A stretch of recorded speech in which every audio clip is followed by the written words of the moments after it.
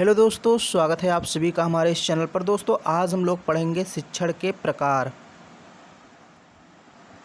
शिक्षण के प्रकारों को हम कई आधारों पर पढ़ेंगे। जैसे सबसे पहला आधार है हमारा शासन व्यवस्था के आधार पर। शासन व्यवस्था के आधार पर शिक्षण कितने प्रकार के होते हैं? तो 3 प्रकार के होते हैं। सबसे पहला है निरंकुश शिक्षण। निरंकुश शिक्षण क्या होता है? शिक्षण प्रक्रिया का संचालन शासक की इच्छा अनुसार होता है, जैसे प्राचीन राजतंत्र में शिक्षा का संचालन होता था। तो शासन व्यवस्था के आधार पर 3 प्रकार के होते हैं: निरंकुश शिक्षण, लोकतांत्रिक प्रणाली का शिक्षण और हस्तक्षेप रहित शिक्षण। जिसमें पहला है निरंकुश शिक्षण, और इसमें क्या है, शिक्षण प्रक्रिया का संचालन शासक की इच्छा अनुसार होता था, जैसे कि पहले राजतंत्र में होता था। जब पहले राजतंत्र हुआ करते थे, पहले लोकतंत्र नहीं था शुरुआत में, तो उस समय जो भी ज्ञान दिया जाता था, जो भी शिक्षा दी जाती थी, वो सारी शिक्षा ज्ञान शासक की इच्छा अनुसार ही होता था। तो उस समय निरंकुश शिक्षण था। फिर है लोकतांत्रिक प्रणाली का शिक्षण।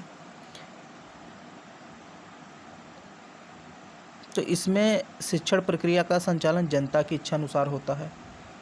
तीसरा है हस्तक्षेप रहित शिक्षण। शासन व्यवस्था की ओर से शिक्षण के विभिन्न स्वरूपों का निर्धारण किया जाता है, जैसे भारतीय शिक्षा पद्धति।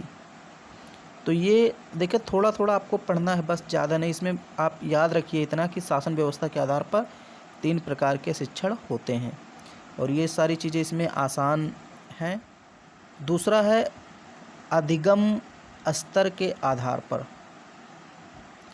अधिगम स्तर के आधार पर भी 3 प्रकार की होती है: स्मृति स्तर पर शिक्षण, अवबोध स्तर का शिक्षण और विमर्शी स्तर का शिक्षण। तो सबसे पहला है स्मृति स्तर का शिक्षण। इसमें क्या होता है, यह एक मानसिक प्रक्रिया है जो अधिगम, धारणा, प्रत्यस्मरण एवं प्रत्याभिज्ञान आदि चरणों से मिलकर पूर्ण होती है। इस प्रकार के शिक्षण में विद्यार्थी विषय वस्तु को रटता है बजाय समझने के। यानी कि स्मृति स्तर पर जो शिक्षण होता है, उसमें विद्यार्थी कोई भी चीज़ है, कोई भी विषय वस्तु है, उसको रटता है, रट्टा मारता है, मतलब उसको समझने की कोशिश नहीं करता है। तो रट्टा मारने की जब कोशिश करता है तो किस प्रकार का शिक्षण होता है? स्मृति स्तर पर शिक्षण। यानी कि आपको याद करना पड़ता है रट्टा मार के। स्मृति का मतलब क्या होता है? याद करना। तो ये हो गया। दूसरा है अवबोध स्तर का शिक्षण। इस प्रकार के शिक्षण का प्रयोग किसी वस्तु की पहचान या उसकी प्रकृति को समझने में करते हैं, यानी उसकी प्रकृति स्वरूप को समझते हैं, नेचर को समझते हैं। फिर इसके बाद है विमर्शी स्तर का शिक्षण। इस प्रकार का शिक्षण समस्या का समाधान प्रस्तुत करता है।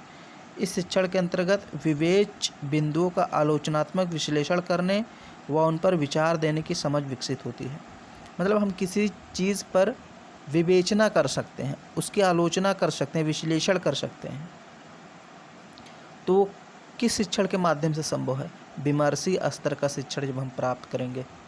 तो ये अधिगम के स्तर पर 3 प्रकार की शिक्षण थे: स्मृति स्तर पर शिक्षण, अवबोध स्तर का शिक्षण और विमर्शी स्तर का शिक्षण। अगला है शैक्षणिक व्यवस्था के आधार पर शिक्षण। तो इसमें पहला है औपचारिक शिक्षण। इस प्रकार के शिक्षण में कुछ बाध्यकारी नियम होते हैं जिनका पालन करना अत्यावश्यक होता है, जैसे स्थान, समय, पाठ्यक्रम, शिक्षण विधि इत्यादि से संबंधित नियम।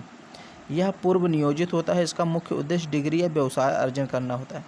औपचारिक शिक्षण जैसे आप किसी कॉलेज में जाते हैं या विश्वविद्यालय में जाते हैं, महाविद्यालय में जाते हैं, स्कूल में जाते हैं, तो वहाँ पर जो शिक्षा दी जाती है वो औपचारिक शिक्षण कहते हैं उसको, क्योंकि वहाँ स्कूल, कॉलेज, महाविद्यालय, विश्वविद्यालय का एक निश्चित स्थान होता है, समय होता है, पाठ्यक्रम होता है, और वहाँ पर हमको डिग्री दिया जाता है या व्यवसाय, मतलब कोई सर्टिफिकेट दिया जाता है। तो इस प्रकार की जो शिक्षण होती है वो औपचारिक शिक्षण होती है।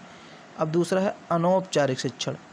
इसमें माता पिता अपने बच्चों को ऐसी चीज़ें सिखाते हैं जो शिक्षा से परे हो, जैसे भोजन बनाना, साइकिल चलाना। ये अनौपचारिक शिक्षण है। अब भाई भोजन बनाना आप खुद सीख लेते हैं, आपकी माता सिखा देती हैं, कोई शिक्षक तो आपको नहीं सिखाता स्कूल में। तो ये अनौपचारिक है। साइकिल चलाना, मोटरसाइकिल चलाना, पतंग उड़ाना, ये सारी चीज़ें कोई सिखाता नहीं, अपने आप सीख लेते हैं लोग। फिर आगे यहाँ पर देखिए, लोग किताबों या शैक्षिक वेबसाइटों के माध्यम से अनौपचारिक शिक्षा प्राप्त कर सकते हैं। अब आजकल इंटरनेट का ज़माना है, तो आप कोई भी चीज़ लिखेंगे इंटरनेट पे तो आपको सारी चीज़ें वेबसाइट पे उपलब्ध हो जाएंगी कि किस चीज़ को कैसे करना है, खाना कैसे बनाना है। अब तो पहले किताबें नहीं हुआ करती थी, लेकिन अब तो हर एक प्रकार की किताबें आ गई हैं, इंटरनेट पे हर एक चीज़ मौजूद है। तो अब अनौपचारिक शिक्षण जो है उसको भी आप किताबों या वेबसाइट के माध्यम से प्राप्त कर सकते हैं। यह एक ऐसी शिक्षा है जो स्कूलों में एक उचित शिक्षण पद्धति के माध्यम से प्राप्त नहीं की जाती है। मैंने शुरुआत में ही आपको बताया कि इसकी उस प्रारंभ में स्कूलों में इसको नहीं दिया जाता था, घर पर ही माता पिता इसको सिखा देते थे। यह पूर्व नियोजित नहीं है और ना ही जानबूझकर। अब भाई जानबूझकर ये शिक्षा थोड़ी ना, पतंग आप साइकिल चलाते हैं मान लीजिए, तो आप शुरुआत में साइकिल को लेते हैं, धीरे धीरे उसको पैदल चलाते हैं, फिर अपने आप सीख जाते हैं। तो एक हो गया औपचारिक, एक अनौपचारिक, अब एक है निरौपचारिक। निरौपचारिक शिक्षण में क्या होता है, इसमें शिक्षण निश्चित उद्देश्यों के आधार पर संगठित किया जाता है, किंतु इसमें किसी पाठ्यक्रम, स्थान, समय या आय का बंधन नहीं रहता। मतलब किसी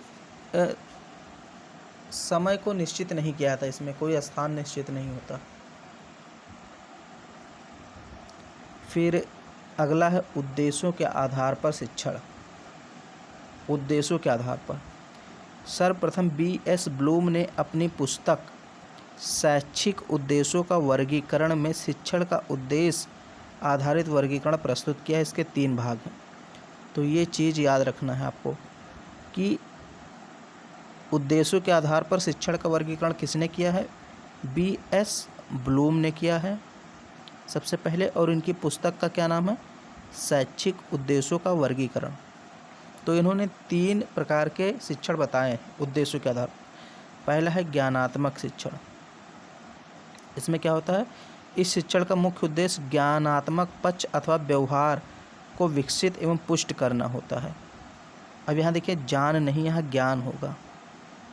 ज्ञान, समझ, प्रयोग, विश्लेषण, संश्लेषण और मूल्यांकन आदि के जरिए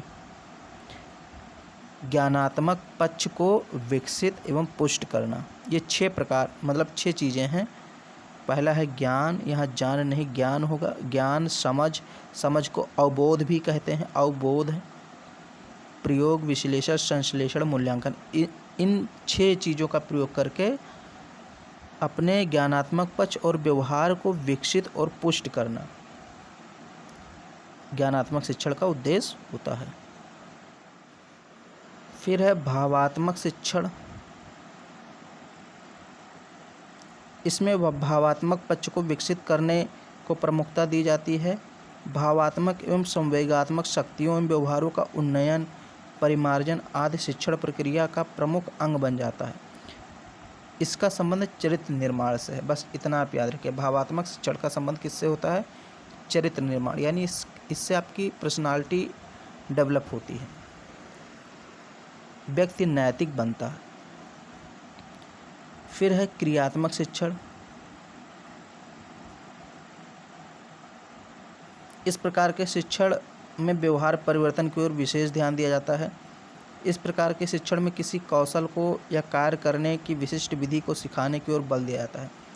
मतलब कोई कौशल दिया जाता है, जैसे आप मोबाइल बनाने की सीख आपको दी जाती है, या मोटरसाइकिल, कार, ये सारी चीज़ें बनाने की आपको टेक्निक बताई जाती है। एक प्रकार का आपको कौशल दिया जाता है। तो ये क्रियात्मक शिक्षण हो गया, मतलब आप कोई काम करते हैं तब। फिर है क्रियाओं के आधार पर। क्रियाओं के आधार पर जैसे प्रस्तुतिकरण शिक्षण है। शिक्षण के इस प्रकार के अंतर्गत किसी संप्रत्यय, सिद्धांत, विषय वस्तु के बारे में बताना आदि आता है। मतलब प्रस्तुतिकरण शिक्षण जो है, इसमें हम किसी विषय के बारे में लेक्चर देते हैं, लोगों के सामने बताते हैं, प्रस्तुत करते हैं, एक होता है प्रदर्शनात्मक शिक्षण, किसी कार्य प्रक्रिया कौशल को करके दिखाया जाता है प्रदर्शन के माध्यम से, तो प्रदर्शनात्मक शिक्षण हो गया। फिर क्रिया शिक्षण, शिक्षण के इसमें कौशल या क्रियात्मक पक्ष के विकास को प्रमुखता दी जाती है। एक होता है स्वरूप के आधार पर, जो मैंने लिखा नहीं है उसको आप जान लीजिए, उसमें कुछ है नहीं। स्वरूप के आधार पर शिक्षण 3 प्रकार के होते हैं, वर्णनात्मक, निदानात्मक और उपचारात्मक। स्वरूप के आधार पर अगर आपसे पूछ ले शिक्षण कितने प्रकार के होते हैं, तो 3 प्रकार के। वर्णनात्मक यानी वर्णन किया जाता है, निदानात्मक यानी निदान किया जाता है, और उपचारात्मक किसी समस्या का उपचार किया जाता है। तो ये 3 प्रकार हैं स्वरूप के आधार पर। तो आज के वीडियो में हम लोगों ने देखा कि शिक्षण के कितने प्रकार हैं और उसको हमने डिटेल में भी पढ़ा है अंदर जा कर के। जितना ज़रूरत थी उतना मैंने पढ़ा दिया है, क्वेश्चन यहीं से आएगा। और अगर वीडियो आपको पसंद आए तो उसको लाइक कर दीजिए, शेयर कर दीजिए। चैनल पर पहली बार आए हैं तो चैनल को सब्सक्राइब कर लीजिए।